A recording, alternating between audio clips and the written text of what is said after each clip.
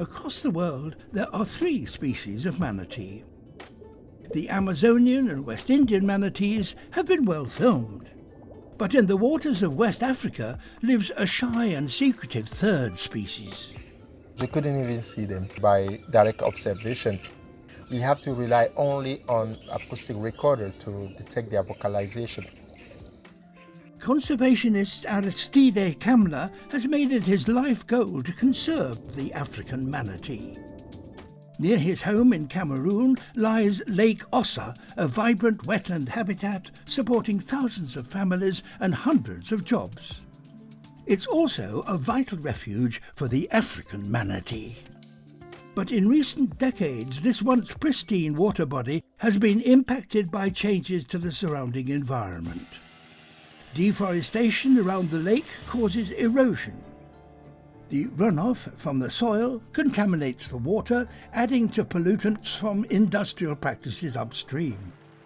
This increases the nutrient levels in Lake Ossa, allowing giant salvinia, an invasive plant, to completely take over.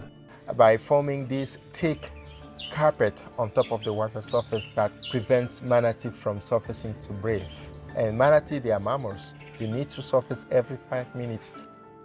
Aristide and his team at the African Marine Mammal Conservation Organization began manually removing the salvinia.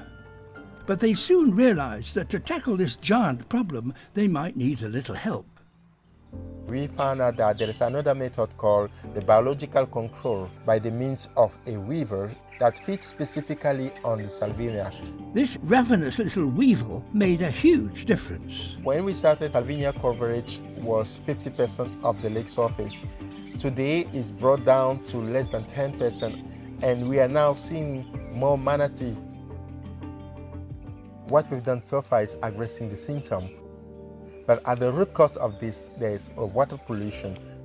With support from the Whitley Fund for Nature, Aristide will pioneer the use of modern technology to reduce deforestation.